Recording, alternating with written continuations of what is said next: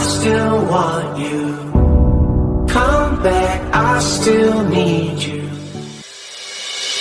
Cùng bên nhau đón Giáng sinh, trao tặng nhau những chân tình để thêm ấm áp giữa đêm mùa đông. Từ trên cao tuyết đã rơi, những thiên thần bay khắp trời. Nào ta cùng hòa nhịp Giáng sinh.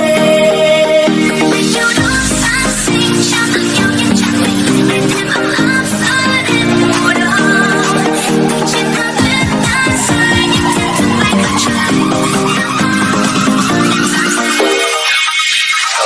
Dòng thời gian trôi, sau bao ngày tháng mãi mong đợi một mùa Noel cùng đang tới. Mọi đêm thức rơi, bao nhiêu người háo hức nói cười, trẻ con ríu rít hát vang trời. Thật là vui, thật là vui, thật là vui như thế, thật tuyệt vời như thế, bao trái tim hoa như say mê.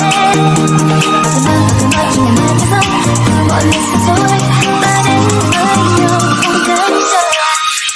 Nhau đón Giáng sinh, trao tặng nhau những chân tình để thêm ấm áp giữa đêm mùa đông. Từ trên cao tuyết đã rơi, những thiên thần bay khắp trời. Nào ta cùng hòa nhịp Giáng sinh.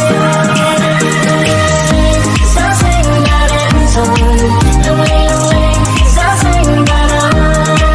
Lonely lonely, Giáng sinh đã đến rồi, lonely lonely, Giáng sinh đã đến. Xung quanh ta như là chân bước trong tranh, vụt tràn những món quà lấp lánh.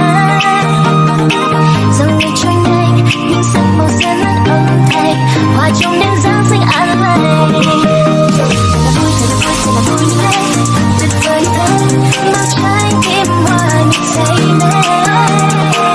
Và mơ chỉ ngày mai thôi không, mọi người sẽ dối.